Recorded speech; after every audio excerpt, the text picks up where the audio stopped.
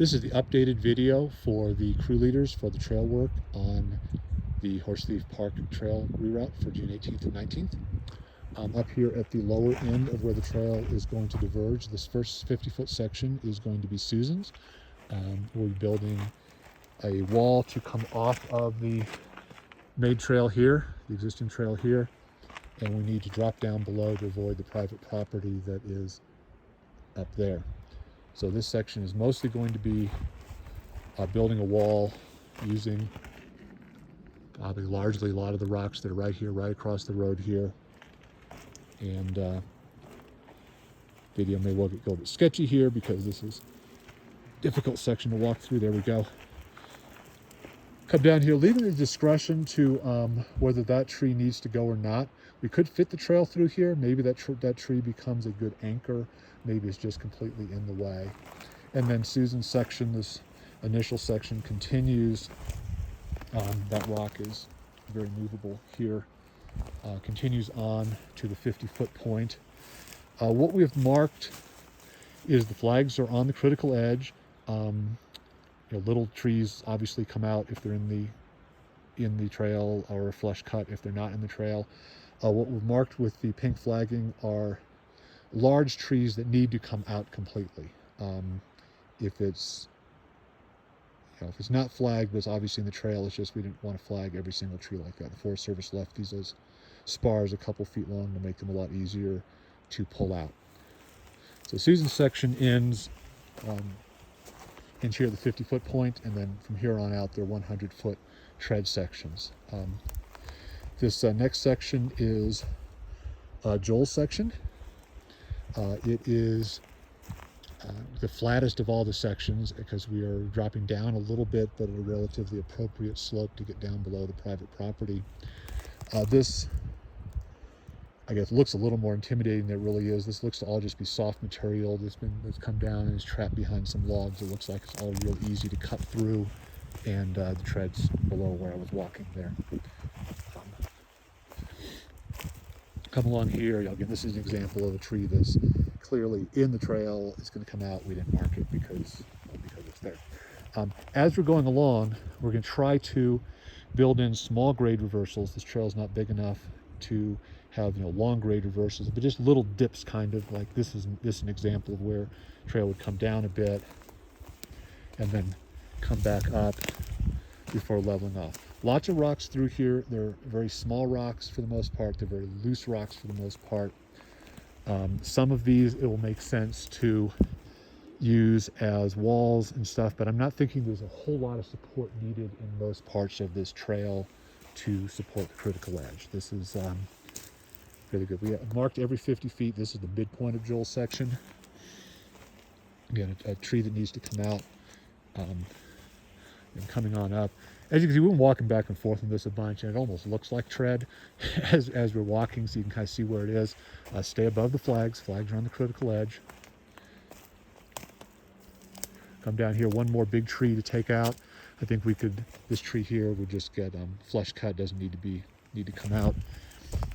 And work our way to the end of Joel's section, which is right about where we start climbing up. This is the end point of the private property. Next section, running from marker 150 to marker 250, is Glenn's section. And Steve's going to be working with Glenn on this. It's going to be the one we're probably going to put, it's the one I'm bulking up first if there's ends up being extra people. It's probably the steepest and most open of the sections. So what it lacks in complexity of work, it is going to need a good amount of attention to make sure we stay pretty much on the line that's marked here, rather than taking the risk of going below it or above it and then making things too steep in one point or another. This is kind of going by fits and starts in a way. Come up and then level off a little bit.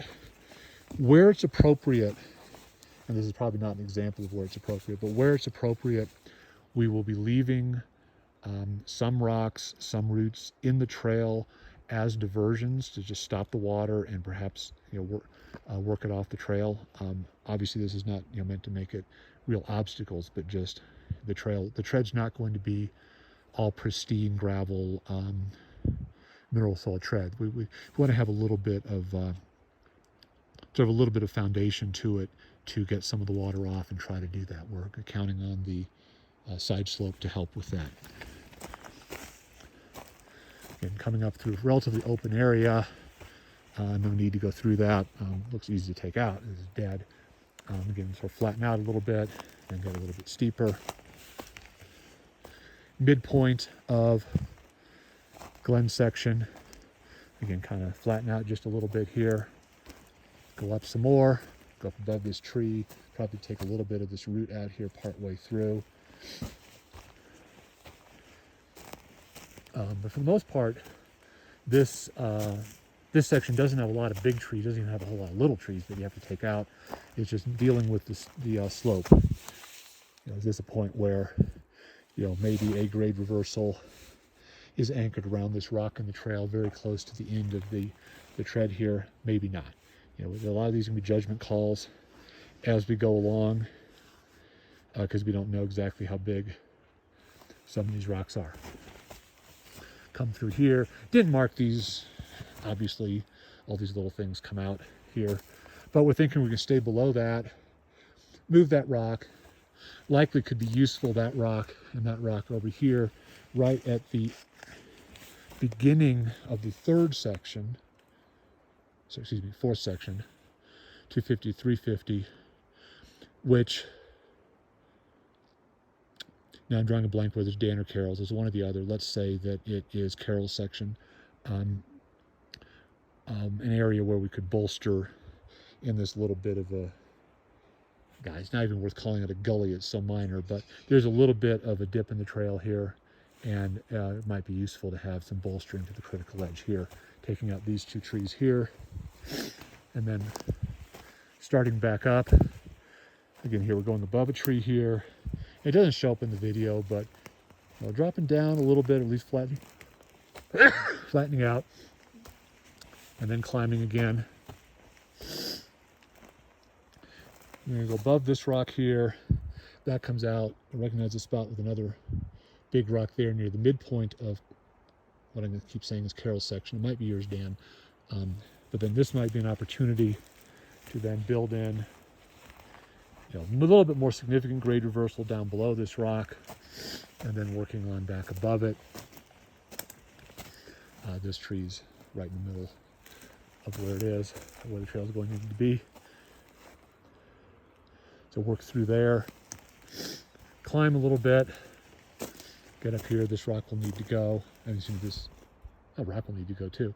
Tree will need to go. A little bit of another opportunity to at least flatten out a bit before starting to head back up. Again, more steeply than we would like.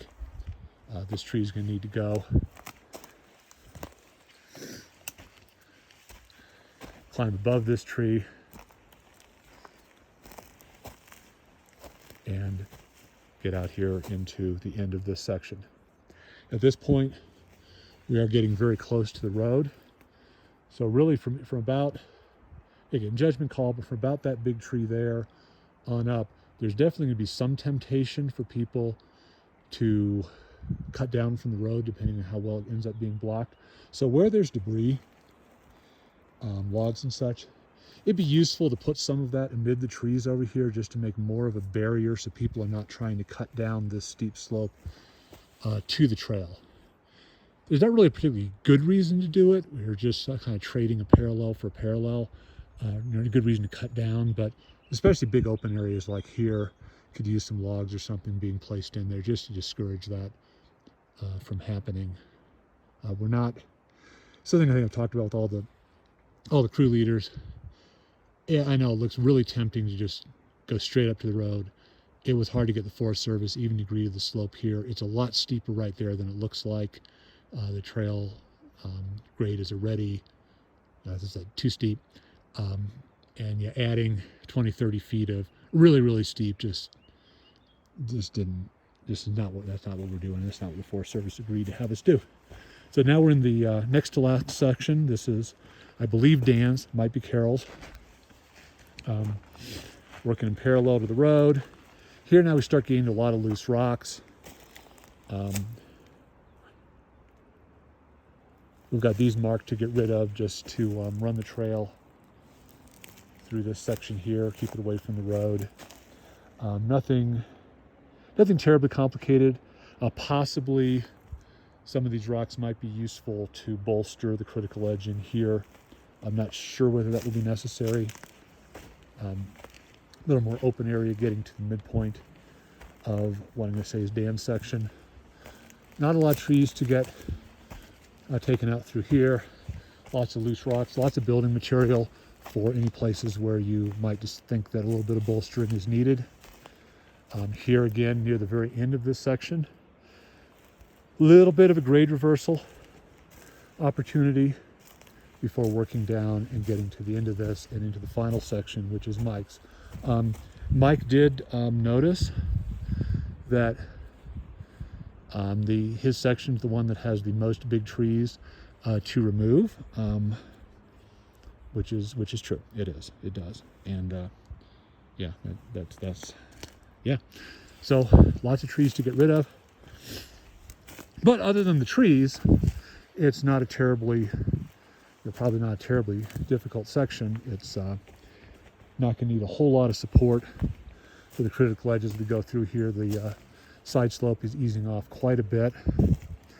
This may be a little bit tricky because realize that these trees appear to be growing out of a rock of unknown size. So that may be a bit of a challenge. And lots of loose rocks. These rocks are going to be removed, moved to be useful as building materials. Make for an even slope. More trees to get rid of. More rocks to move out of here. Again, this is loose material. There may be possibly a rock or two in here that would make more sense to save as a bit of a sort of drainage point for this. And again, we're very close to the road, so it would be useful to use debris, use logs. There's lots of material to work with here down below to pile that up between the new trail and the existing road in order to keep people from cutting down, or at least discourage them from doing that.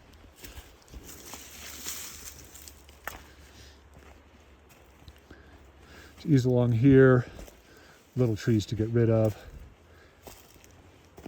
and come back out to the road. The idea here would be to build a little bit of a wall, probably up to that big aspen, that would support the trail coming off of the road, and then working on down to the trail. So that's the last section, and with any luck, we'll have enough people that we can be working on all 6 sections, the 5 trail sections and the 1 rock section, on Saturday. If not, we'll work on the sections that we have people to support, and then we'll be able to focus our attention fully on the remaining sections or section on Sunday. And if we finish sections, definitely run people down. If we end up not having enough people to staff all the crews, we will, if the crew finishes its section, they can head up to the end of the line and start working on another one. So that'd be a reason to, even if you're, say Joel, you got the first section down there. Well, maybe you finish your section and there's a couple hours to go and you end up working back up here, you might as well know what it is. I appreciate the help. Looking forward to a good day.